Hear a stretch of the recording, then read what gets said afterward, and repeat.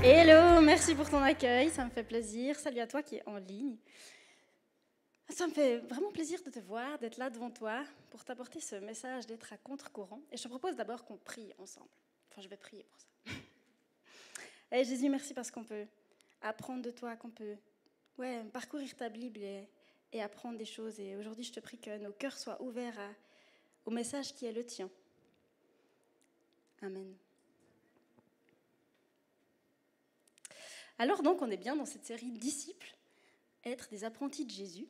Et on a vu avec Monique, il y a 2 semaines, comment suivre Jésus, qu'est-ce qu'il faisait. En fait, on a appris qui était le maître d'apprentissage. Et on a vu avec Adrien que Dieu était fidèle, et qu'il était fidèle au-delà de toute chose, et même de nos erreurs. Et aujourd'hui, on va voir donc ce thème d'être à contre-courant. Quand j'ai commencé mon apprentissage, j'ai fait un apprentissage de décoratrice dans un magasin en 4 ans, j'ai appris un métier, mais pas seulement. J'ai aussi appris à travailler dans une entreprise. Ses valeurs, sa culture, ses manières de faire, ses processus, les divers outils qu'elles utilisaient. Et donc j'ai appris tout ça et j'ai travaillé longtemps dans ce même groupe. Et donc j'ai continué à travailler avec la même manière de faire, les mêmes processus, les mêmes outils. Et il y a 2 ans, j'ai changé d'entreprise. Et tout était différent. C'était pourtant le même métier, mais la manière de faire de l'entreprise était différente. Ses valeurs, ses cultures, c'était pensé différemment. Les outils étaient utilisés différemment. Et du coup, j'étais un peu perdue et j'avais l'impression de devoir...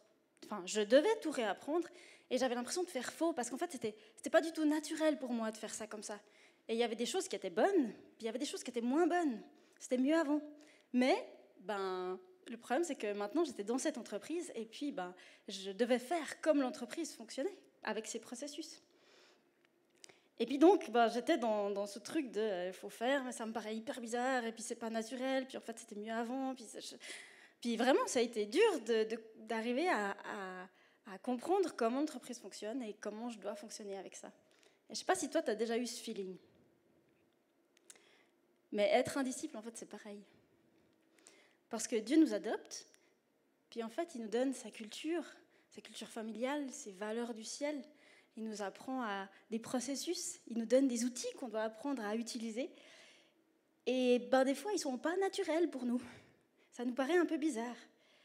Mais en fait, du moment qu'on a accepté Jésus dans nos vies, on est comme mis à part.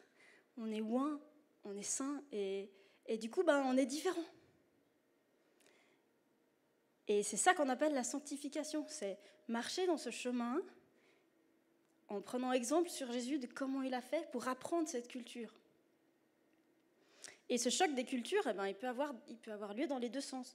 Autant des fois, on ne comprend pas la culture du ciel, puis on ne comprend pas Dieu ce qu'il fait, ni pourquoi, ni comment. Et autant des fois, on peut être choqué par la culture du monde. Et quand je parle du monde, c'est ce qui est en dehors de Dieu. Parce que le monde aussi, il a sa propre culture, il a sa propre valeur, et on y est confronté tous les jours, puisqu'on y vit. Et en fait, être un chrétien, c'est vivre les 2 cultures en permanence. Et c'est pas facile de savoir ce qui est juste ou ce qui est faux, ce qui vient de Dieu ou ce qui vient du monde. Des fois, on confond un peu tout. Alors, comment on peut faire pour marcher dans la bonne culture ? Rassure-toi, ce n'est pas un défi d'aujourd'hui. Ça a toujours été une tension pour ceux qui connaissent Dieu, en fait. Et tu peux lire les histoires du peuple d'Israël au travers de l'Exode. Et en fait, Dieu a souvent rappelé et mis en garde le peuple d'Israël de ne pas se mêler à d'autres cultures, à d'autres peuples, de ne pas prendre des femmes d'une autre culture. Et malheureusement, le peuple d'Israël, dans leur voyage, en fait, ils ont rencontré plein de cultures et ils sont chaque fois unis à ces cultures au point de confondre et de lier leurs traditions aux leurs. Et ils ont des fois perdu un peu le fil et ils se sont perdus. Et très souvent, je ne sais plus exactement combien de fois, mais beaucoup de fois, Dieu a dû les rappeler, ils sont revenus à la base, ils ont repris les textes, ils sont revenus en fait à la base, à ce qui était Dieu, et ils ont fait comme des grands nettoyages, mais à plusieurs reprises. Et je crois que Dieu nous appelle et il nous demande de faire la même chose constamment, de revenir à cette base, parce que cette confusion, elle se fait souvent. Aucun de nous est mieux que ce peuple d'Israël, ils étaient beaucoup, et pourtant ils ont confondu, alors nous aussi. Parce qu'en fait, la réalité, c'est que c'est comme si on devait apprendre un apprentissage et une culture d'entreprise dans un autre métier et dans une autre entreprise. C'est pas évident, hein. Si on devait faire ça, ça serait compliqué. Il faudrait avoir des textes, puis se rappeler, non, attention, fais ça. Puis, non, alors attends, moi je dois faire différemment parce qu'eux, ils font comme ça, mais moi je dois faire comme ça. Mais Jésus, lui, il a aussi vécu ces deux réalités. Et il nous prévient de cette difficulté. Et il y a une autre difficulté aussi, c'est que le monde, il ne va pas nous apprécier parce qu'on est différent. Souvent, ce qui est différent, c'est un petit peu mis de côté. Ça ne pense pas comme nous, et puis c'est pas apprécié pour ça. Et dans Jean 17, Jésus, il prie en fait pour ses disciples. Et il dit, « Je leur ai donné ta parole, et le monde les a haïs, parce qu'ils ne sont pas du monde, comme moi je ne suis pas du monde. Je ne te prie pas de les ôter du monde, mais de les préserver du mal. Ils ne sont pas du monde, comme moi je ne suis pas du monde. Sanctifie-les par ta vérité, ta parole est la vérité. Comme tu m'as envoyé dans le monde, je les ai aussi envoyés dans le monde. Et je me sanctifie moi-même pour eux, afin qu'eux aussi soient sanctifiés par la vérité. » Et dans le verset 20, il dit, « Ce n'est pas pour eux seulement que je prie, donc ses disciples, mais encore pour ceux qui croiront en moi par leur parole. » Autrement dit, toi et moi, ceux qui n'avons pas connu directement Jésus. On a cru parce qu'on a entendu parler de lui. Et Jésus, il prie pour nous. Et il nous donne la clé, en fait, là-dedans. Il nous dit, « Sanctifie-les par ta vérité, ta parole est la vérité. » Et la parole, c'est la Bible.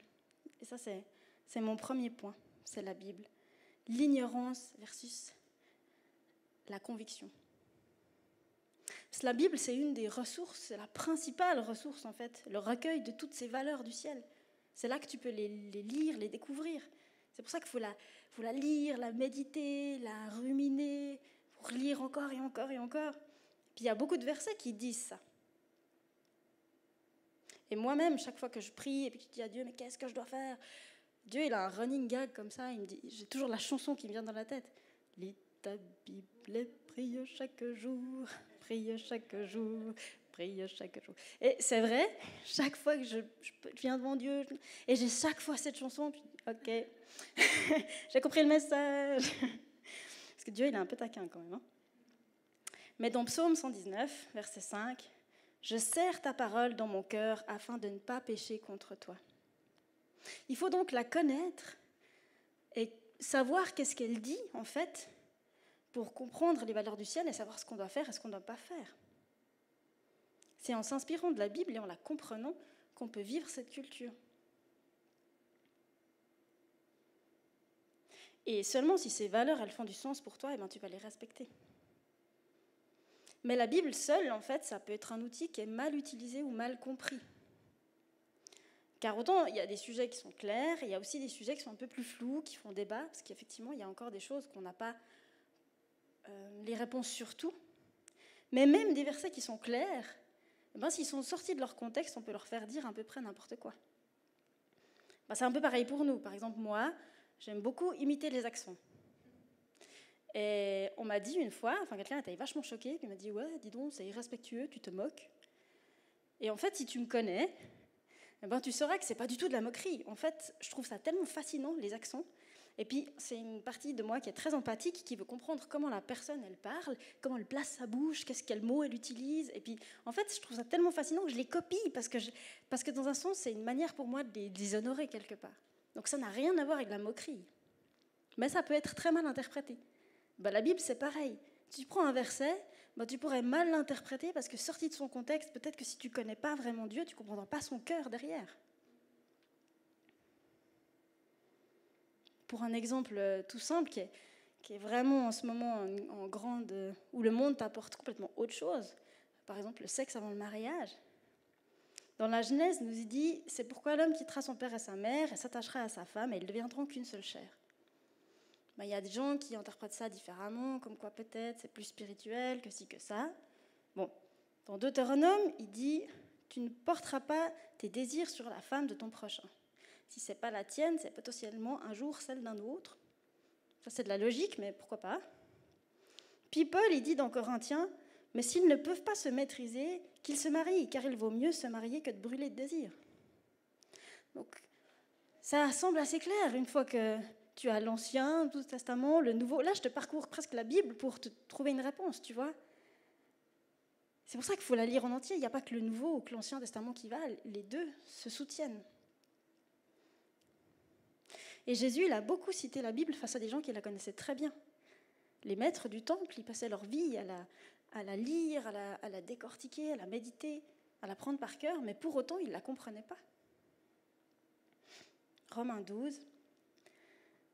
Ne vous laissez pas modeler par le monde actuel, mais laissez-vous transformer par le renouvellement de vos pensées, pour pouvoir discerner la volonté de Dieu, ce qui est bon, ce qui lui plaît, ce qui est parfait. Il te faut du discernement.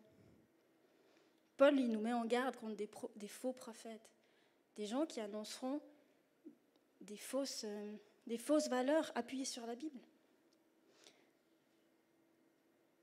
Mais Dieu, il a pensé à tout, parce que Dieu, il est parfait, puis il nous a donné le Saint-Esprit.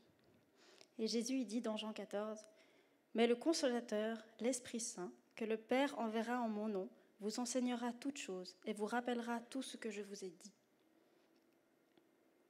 Et pour ça, on peut encore prendre exemple sur Jésus. Comment faire pour que le Saint-Esprit nous transmette ces vérités? Jésus, il passait énormément de temps avec son Père. Ça, c'est mon point 2, c'est la prière et l'humilité. C'est dans tes temps que tu auras avec Dieu que tu peux recevoir des révélations. Et c'est ces révélations qui feront du sens pour toi et qui deviendront des convictions et qui te pousseront à agir. Mais il faut de l'humilité. Il faut être prêt à se poser les bonnes questions. Qu'est-ce que je fais et pourquoi?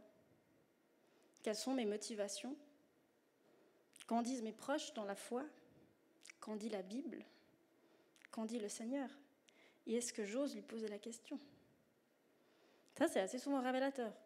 Quand tu es un peu là, ouais, j'ai pas trop envie encore de demander à Dieu, parce que s'il dit non, c'est peut-être le moment de lui poser la question. Ça ne veut pas dire qu'il va dire non, mais au moins, comme ça, tu sais que ce que tu feras, c'est juste.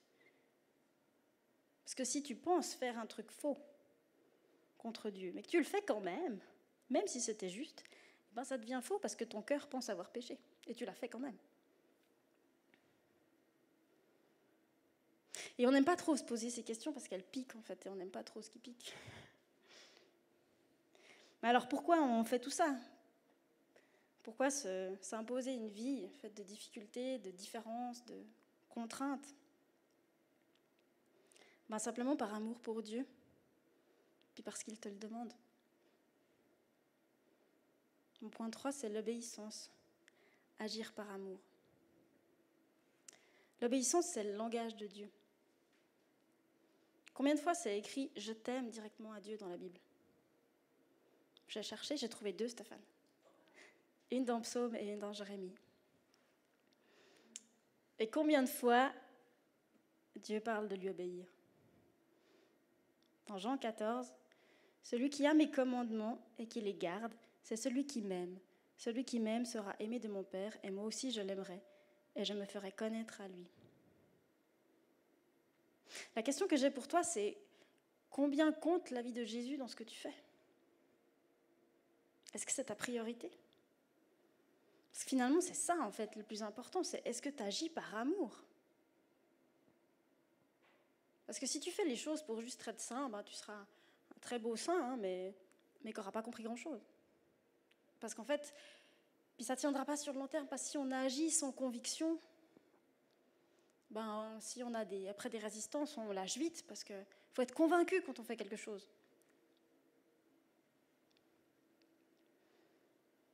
Puis aussi, faut agir par amour pour Dieu, pour toi, mais pour les autres. Parce que tes actes, ils ont une influence sur les autres. Puis c'est ce que Jésus nous demande dans Matthieu 22. On lui pose la question, « Maître, quel est le plus grand des commandements de la loi ?» Jésus lui répondit, « Tu aimeras le Seigneur ton Dieu de tout ton cœur, de toute ton âme et de toute ta pensée. C'est le premier commandement et le plus grand. Et voici le deuxième qui lui est semblable. Tu aimeras ton prochain comme toi-même. De ces 2 commandements dépendent toute la loi et les prophètes. » Donc si tu respectes ces 2 choses, si tu aimes Dieu en premier, et si tu aimes ton prochain, ta manière d'agir va changer.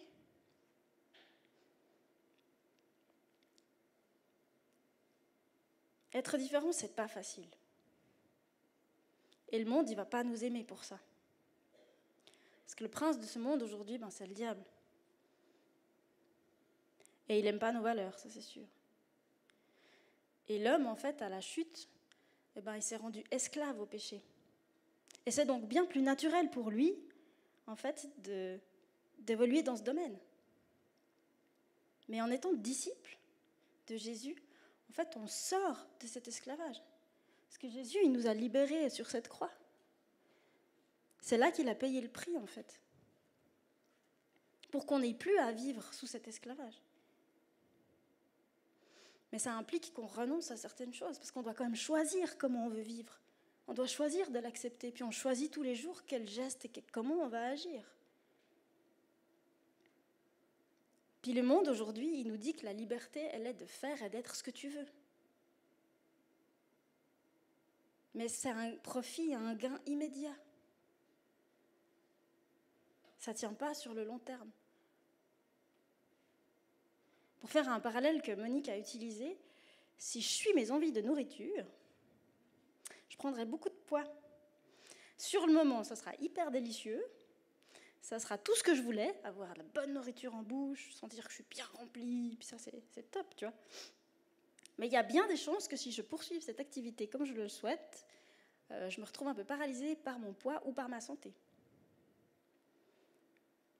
Puis un corps en bonne santé, ça implique de la discipline, que ce soit dans le sport ou dans la nourriture.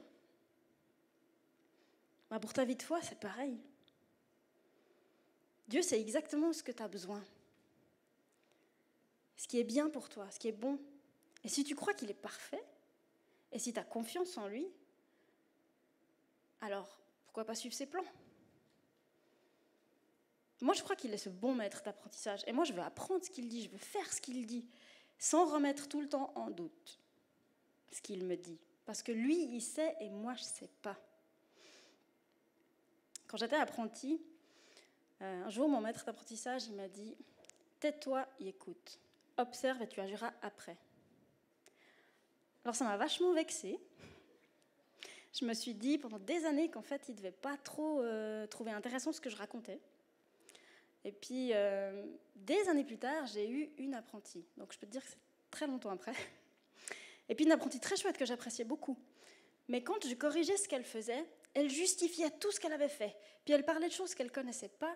Et puis elle me racontait sa pensée, sa manière de fonctionner. Tu vois, si j'ai mis ça là, c'est parce que je pensais, tu vois. Puis je lui disais, mais, très bien, mais c'est faux.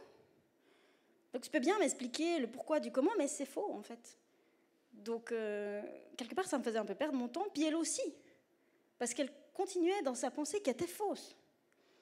Puis là, je lui ai dit pareil. Je lui ai raconté cette histoire, puis je lui ai dit, mais tais-toi et écoute. Observe et t'agiras en conséquence. Puis parfois, on fait la même chose avec Dieu. Oui, mais, tu sais, moi je suis une professionnelle du oui, mais. Oui, mais tu sais, tu as le choix entre une soirée où tu pourrais lire ta Bible, ou prendre un temps avec Dieu, regarder un enseignement, ou te perdre sur YouTube. Ça, c'est moi. Et puis, oui, mais je suis fatiguée, j'ai une grosse semaine, j'ai le droit quand même un peu. Des fois, oui, on a le droit. Mais n'empêche que des fois, ça te ferait quand même du mieux, bien plus de bien, de prendre un temps avec Dieu que de te perdre sur YouTube pendant 3 heures. Coupable. Mais Dieu, en fait, il ne remet pas en doute nos capacités. Si mon apprentie, elle se justifiait tout le temps comme ça, c'est parce qu'elle avait peut-être l'impression que je pensais qu'elle n'avait pas réfléchi comment elle avait fait les choses. Puis des fois, on se dit, ouais, mais peut-être que Dieu, il nous prend, pas pour des débiles, mais pour des ignorants. Mais en fait, ce n'est pas le cas. Dieu, il sait qu'on est là pour apprendre. Et moi, je savais que mon apprentie, elle était en apprentissage. Elle ne pouvait pas savoir. Forcément, elle allait faire faux. C'est ce qu'on a dû lui dire. Tu vas faire faux. C'est normal, c'est pas grave. On n'est pas en train de te remettre en doute tes capacités, etc. Dieu, il dit pareil. Tu es là pour apprendre. Et on va faire des erreurs. Mais Adrien, elle a dit, Dieu, il fait alliance avec nous malgré nos erreurs. Ce qu'il regarde, c'est si on a un cœur qui est capable d'apprendre. Et si on n'arrête pas de se justifier, les oui mais, en fait, il n'y a pas de place pour apprendre. Parce qu'on continue dans notre pensée et dans nos raisonnements qui sont faux. Et puis cette culture, on peut l'apprendre que de lui. seulement si on est prêt à l'écouter, à l'observer, puis à se laisser transformer. C'est pour ça qu'on a besoin de discipline dans nos vies et puis de mettre des priorités, telles que la Bible, la prière, ou s'entourer de gens qui connaissent Jésus. Ça ne veut pas dire que tous les gens ils vont faire les choses justes et puis qu'on doit absolument... eux aussi, ils font des erreurs.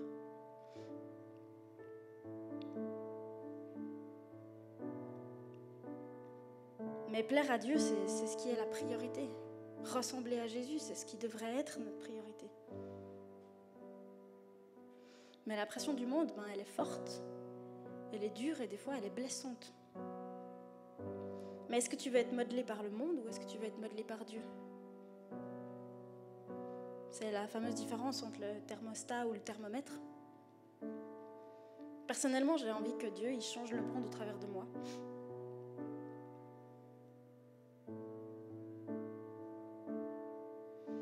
Puis si toi, tu es un chrétien depuis longtemps et que tu suis tous les principes de la foi, que tu fais ce que Dieu te dit, tu es sage, tu es juste, et puis des fois, on est un peu frustré quand même. Parce que des fois, ceux qui font pas tout juste, ils s'en sortent mieux. On voit pas les fruits tout de suite, des fois, de cette vie qui suit Jésus. Et c'est des fois super frustrant. J'ai un psaume pour toi, c'est le psaume 73. C'est Asaph qui déclare à Dieu un peu sa frustration. Je te le lis. Psaume d'Asaph. Oui, Dieu est bon pour Israël, pour ceux qui ont le cœur pur. Toutefois, mon pied allait trébucher. Mes pas étaient sur le point de glisser, car j'étais jaloux des vantards, en voyant le bien-être des méchants. Rien ne les tourmente jusqu'à leur mort, et leur corps prend de l'embonpoint, ce qui était un truc positif à l'époque. Ils n'ont aucune part aux souffrances humaines. Ils ne sont pas frappés comme le reste des hommes. C'est pourquoi ils se parent d'orgueil comme d'un collier. La violence les enveloppe comme un manteau. Leurs yeux ressortent dans un village plein de graisse. Les mauvaises pensées de leur cœur débordent. Ils ricanent et ils parlent méchamment d'opprimés. Ils profèrent des discours hautains et leur bouche s'attaque au ciel et leur langage balaie la terre. Voilà pourquoi son peuple se tourne vers leur côté.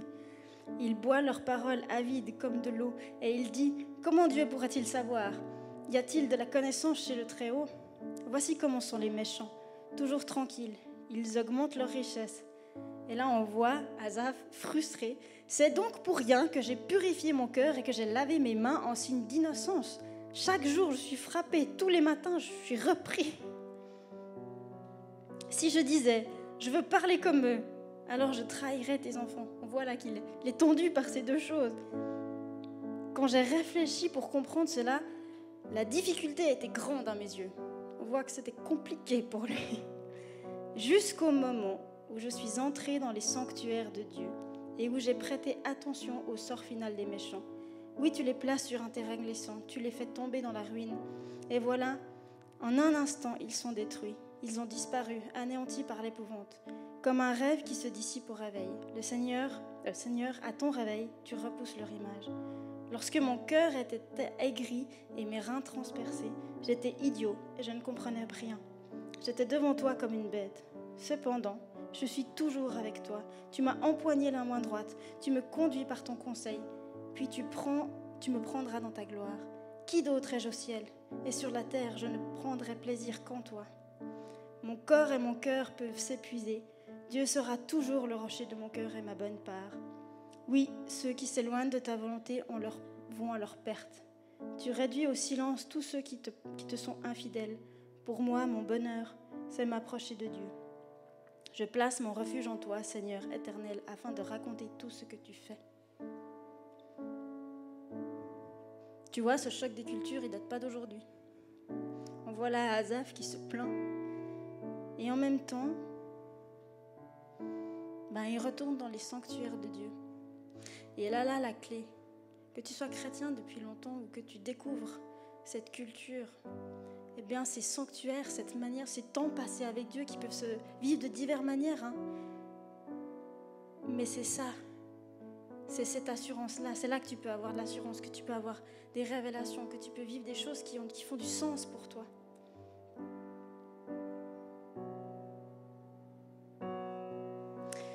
ce que je te propose qu'on va faire maintenant, c'est ce temps de face-to-face. Et je te propose quelques questions que tu peux méditer. Est-ce que l'opinion de Jésus est prioritaire dans ma vie? Est-ce que je connais cette culture du ciel? Quelles sont les motivations de mes agissements? Quelle frustration m'empêche d'apprendre encore plus de Dieu? Et qu'est-ce que je veux changer aujourd'hui? Je vais prier pour toi et te laisser dans ce moment avec Dieu, pour que comme Asaph, tu puisses y réfléchir, mais y trouver du sens.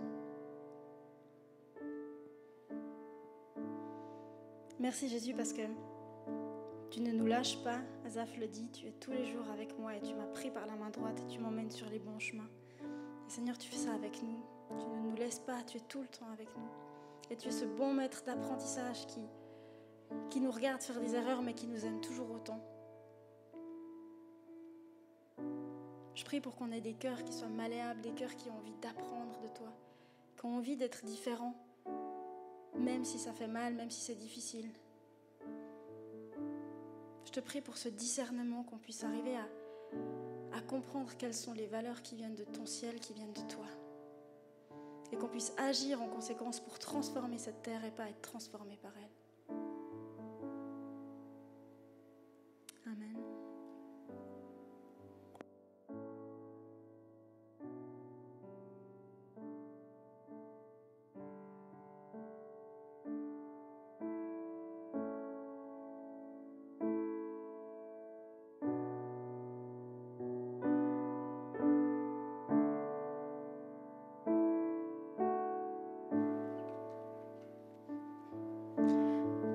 Tu peux vivre ce moment de diverses manières. Soit tu peux prendre un temps là où tu es. Tu peux prendre un temps pour prier avec quelqu'un, ou tu peux aller vers Stéphane et Elodie qui se mettent à disposition aussi pour prier pour toi si tu as besoin. Alors je te laisse dans ce moment et puis après on reprendra directement avec la louange.